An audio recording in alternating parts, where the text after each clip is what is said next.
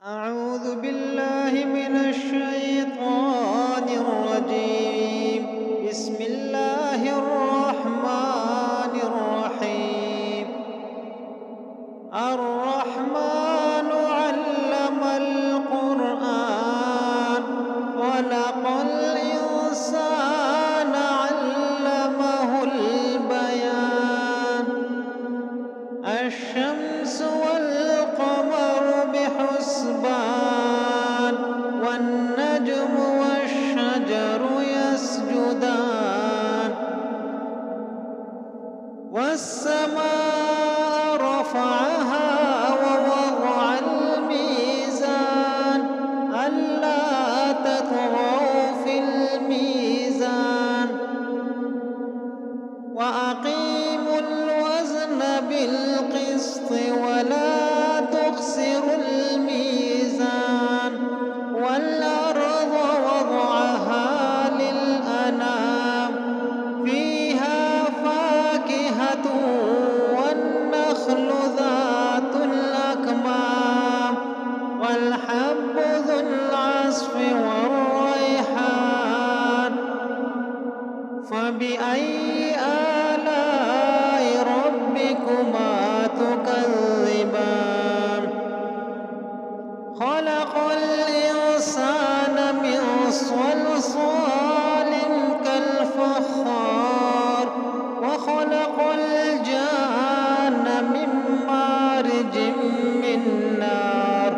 فبأي آلاء ربكما تكذبان.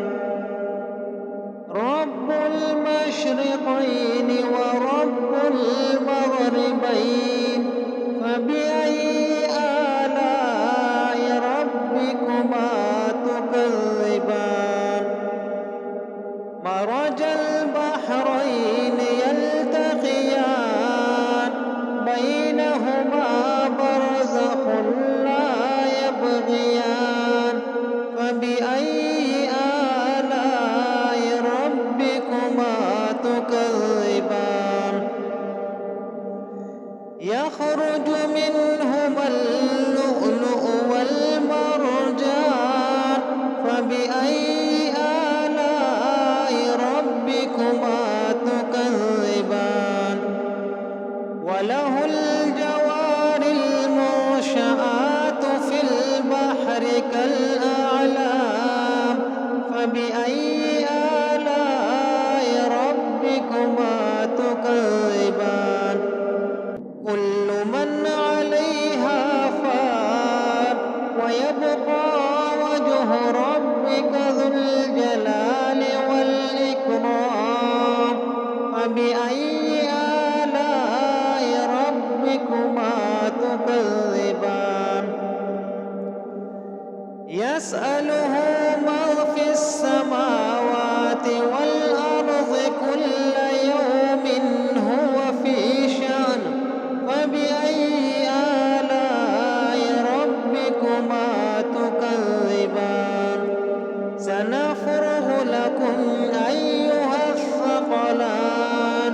فبأي آلاء ربكما تكذبان.